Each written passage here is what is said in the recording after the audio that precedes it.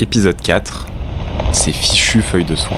Le réacteur numéro 4 de la centrale de Tchernobyl, rendu défectueux après l'accident nucléaire du 26 avril 1986 à 1h23 du matin, est désormais entièrement recouvert d'un sarcophage en béton.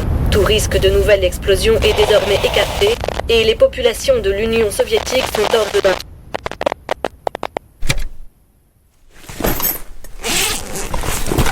Nous habitons désormais à Minsk.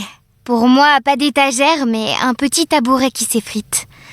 À la télévision, on a vu Igor autour du drapeau hissé. Il n'était pas visible longtemps, mais je l'ai reconnu dans le groupe. Les gars autour de lui riaient. Ça y est, c'était fini. Oui, quelque part pour Igor et pour bien d'autres, c'était fini. Au point de nous demander si ces hommes qui souriaient de l'autre côté du téléviseur n'étaient pas des fantômes. Allô, Elena ? C'est bon, on a réussi. Cette fois, c'est fini. Je vais pouvoir souffler et vous retrouver. Il me tarde.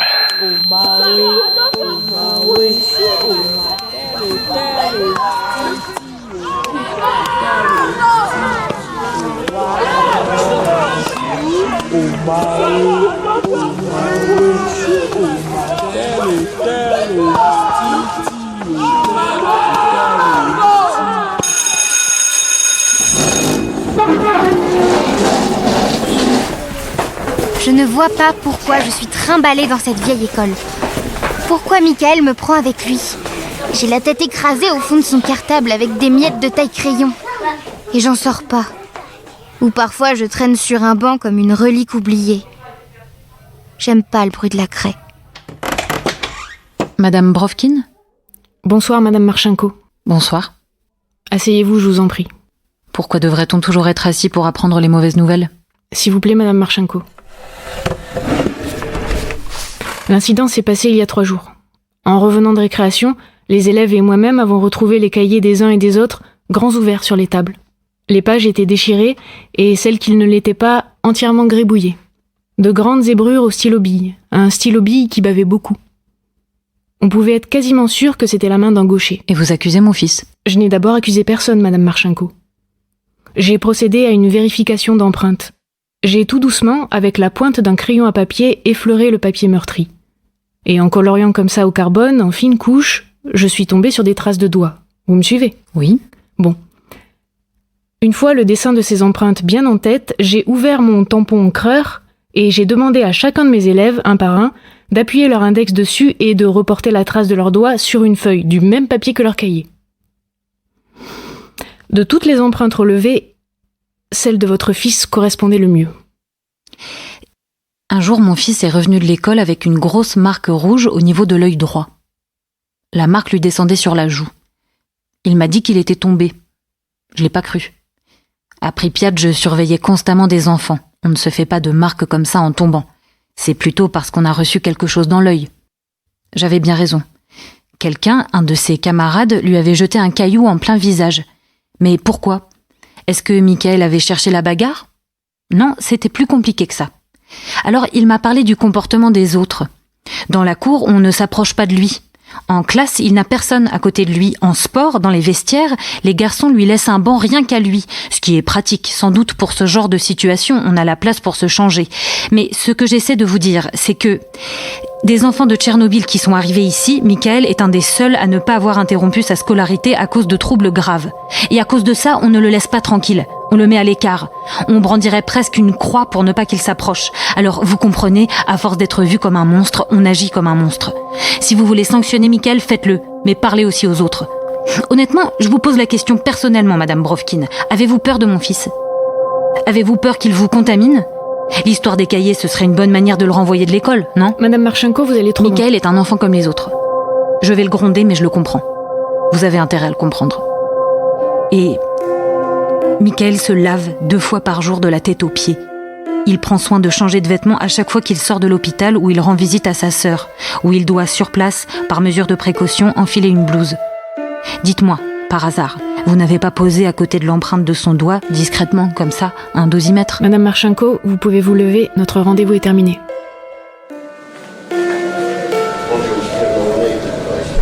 Je suis assise sur une petite chaise en bois contre le mur pour ne pas gêner le passage des infirmières près du lit d'Anna. La petite fille s'est redressée contre son coussin blanc. Elle a le nez encombré d'un tuyau. La respiration calme, mais parasitée. Son visage pâle est levé en direction du jour, prisonnier derrière la fenêtre. Quelques mèches brunes lui collent au front. Des cernes se dessinent sous ses yeux rieurs, aussi brillants que laiteux. Elena lui raconte une histoire, pendant qu'elle décolle délicatement un pansement dans la partie intérieure de son bras amaigri. Très loin d'ici, dans la mer froide, il y avait une baleine. Une baleine grise comme la mer, grise comme le vent et la brume. Les marins qui l'avaient vue ne l'oubliaient jamais plus, car ses yeux étaient des perles d'or. Quand ils revenaient à terre, ils entraient dans les auberges et criaient « On l'a vue! On a vu la baleine aux yeux d'or !» Dans son palais, le roi les entendait et murmurait « Je veux avoir ses yeux d'or, ce sont sûrement des yeux magiques. » Il avait promis une grosse récompense à celui qui les rapporterait. Aussi, quand ils s'embarquaient, les marins n'oubliaient jamais leur harpon pour l'attraper. Anna fait la grimace en sentant la piqûre inévitable. Je voudrais la consoler, la prendre dans mes bras. Je l'étreins comme je peux avec mes yeux. Mes émeraudes valent davantage que l'or de la baleine. Je n'ai pas changé de regard, contrairement à Anna. Elena aussi a changé sa façon de regarder. Et Michael, dans un sens, il ne me fait plus de mal. Il prend soin de sa sœur. Il est là pour les jeux, les plaisanteries, les devoirs à rattraper. Il est là pour tricher avec sa bonne humeur et ses blagues pas drôles de garçon qui va rentrer l'an prochain au collège. Je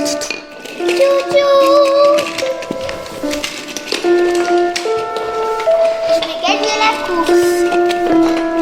Hop. Chou-chou. Ah mince, il a déraillé. J'ai gagné la course.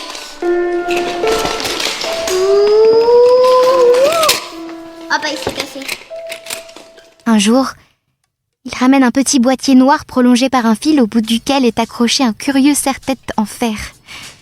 Michael avait repéré les jeunes dans le bus. Ce truc qui leur donnait de la musique n'importe où quand ils le voulaient. Le baladeur. Plus tard, il s'achètera le grillon. En attendant, c'est Anna qui le gâte.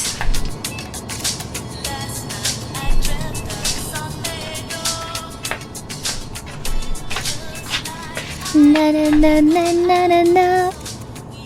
La chanson m'avait manqué. J'aimerais me balancer sur cette musique que je perçois à peine. Alors du plus loin de mon ventre, je me concentre.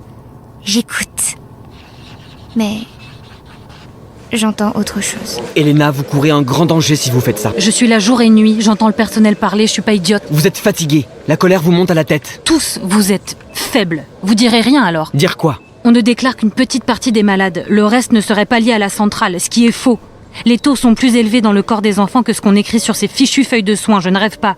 Cet hôpital mérite plus de matériel, plus de personnel. On ne sait plus quoi faire des nouveaux arrivants et leur état reste une énigme. Elena, je vous promets que cet hôpital ne sera pas un laissé-pour-compte. Laissez-moi envoyer cette lettre à ce journaliste. Il a connu mon mari, il a suivi le sauvetage de la centrale, il a réussi à publier des photos qui en disent long. Il pourra peut-être m'aider, et pas seulement moi, il y a trop de monde. Vous ignorez de quoi ils sont capables là-haut. J'ai pas peur d'eux. S'il vous arrive quelque chose, que vont devenir Michael et Anna? Pensez à vos enfants. Piotr, si j'avais une seule occasion de les emmener loin, je le ferais. Je devine déjà la décision que prendra Elena. Elle n'enverra jamais cette lettre. J'imagine ce journaliste fatigué d'attendre, inquiet aussi, qui appellera Elena et tombera sur le répondeur.